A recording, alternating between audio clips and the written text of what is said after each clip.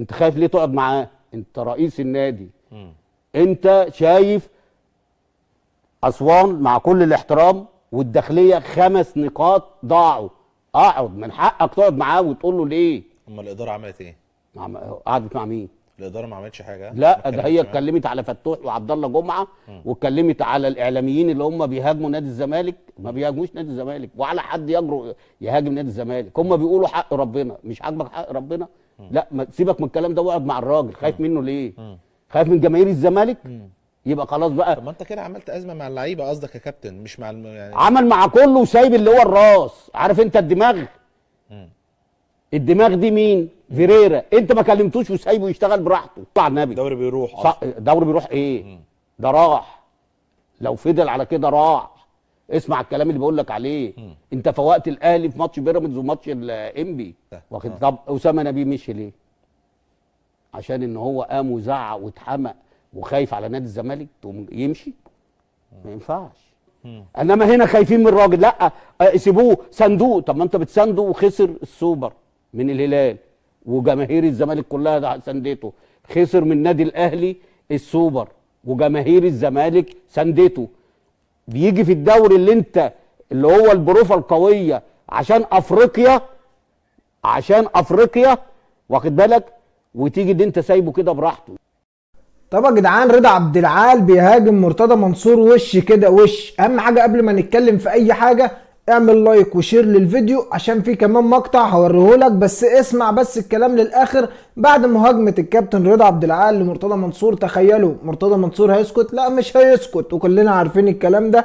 مرتضى منصور مش هيسكت، وهيطلع وهيديله بص من المنقي خيار زي ما بيدي لاي حد. هو بيقول ان انت خايف من فيريرا وخايف من جمهور الزمالك. لا، هو كده ما بيخافش من جمهور الزمالك، هو لحد دلوقتي خايف من فيريرا، وبيقول ان هو مش هيتدخل مع فيريرا. انما هو بيقول قبل كده قال ان هو يعني شتم جمهور الزمالك وشتم، يعني مش عايز اقول لك بقى الناس اللي هم الكبار بتوع، يعني كباتن الكبار بتوع نادي الزمالك، وكل جماهير نادي الزمالك اتشتمت.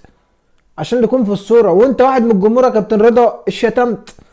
بكلمكم بما يرضي الله، لايك وشير بس عشان نتكلم في حاجات مفيده جدا. يا جماعه، الاهلي كيان والزمالك كيان والاسماعيلي كيان والمصري كيان والاتحاد كيان، الناس دي وغزل المحله كيان، دي كلها انديه جماهيريه.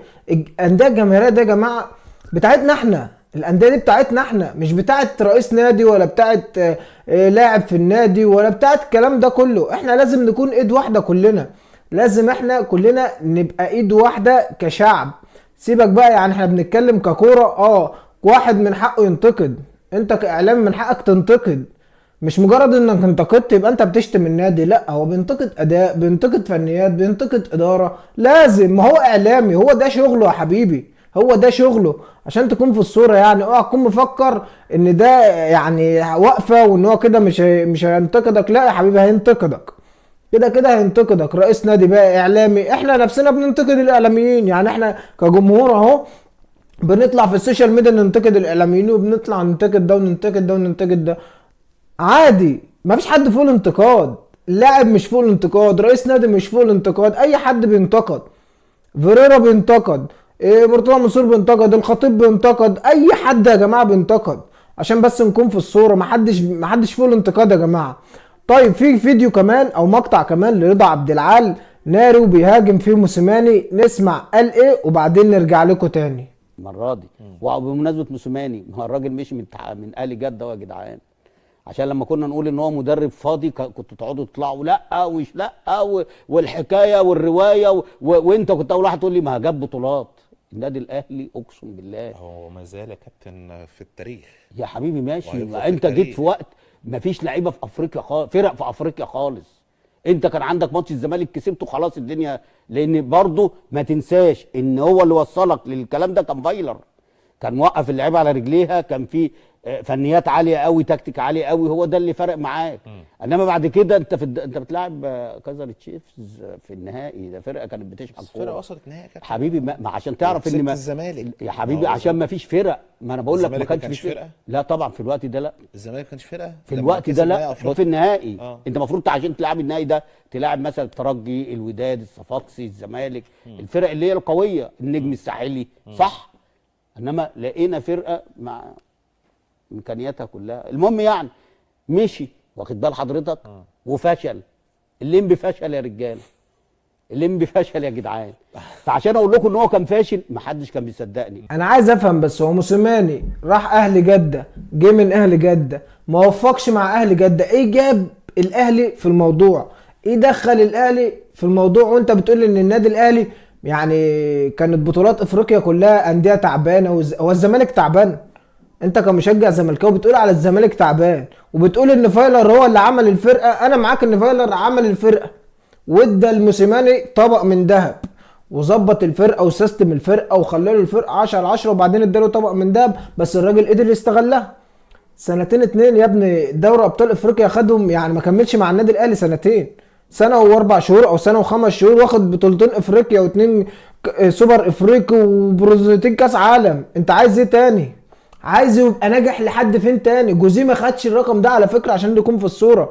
جوزيه ما خدش مع النادي الاهلي في سنتين 2 افريقيا و2 سوبر افريقي و2 برونزيه عالم، ما عملهاش. جوزيه ما عملهاش مع الاهلي. فانت لما تيجي تنتقد الراجل، عمل حاجات كتير ما عملهاش مدرب في افريقيا عشان نكون في الصوره، بس هو راح مع اهلي جده راجل ما وفقش عادي، زي ما انت بتجيب اي صفقه ما بتوفقش.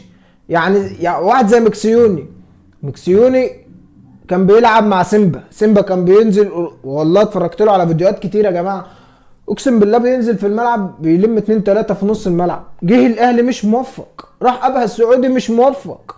فهي كلها العمليه بتبقى مساله توفيق ومساله بقى يعني ايه حظ، والدنيا بتمشي معاك او ما بتمشيش. هي كده، هي الكوره كده، مش مجرد انك يعني خلاص انت دماغك مظبوطه والدنيا حلوه معاك وانت جبت لاعب يبقى هو زي ما كان بيلعب هناك هيلعب هنا. لا، الاجواء بتختلف من نادي لنادي ومن بلد لبلد ومن بص اوضه لبس لاوضه لبس، والدنيا بتختلف.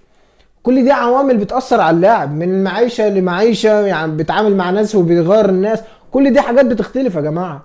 فانت لازم انت كابتن رضا، ومش عايز اقول لك انت مش عال خالص. رضا عبد العال انت مش عال خالص والله بكلمك بجد، رغم ان انت ساعات بتخبط في الكلام بس ساعات بتقول كلام كويس، والله بكلمكم بجد ساعات بقول كلام كويس. طبعا رجاله ما تنسوش اللايك والشير واشتراك معانا في الفيديو في القناه. فيديو ايه يا عم لخبطتنا، الله يخرب بيتك يا عبعال. لايك وشير واشتراك معانا في القناه ومتابعه على صفحتنا على الفيسبوك. شكرا لكل الناس، اهم حاجه ما تنساش اللايك اللايك اللايك يا عم، مش بفلوس، اعمل لايك. شكرا ليكم حبايب قلبي.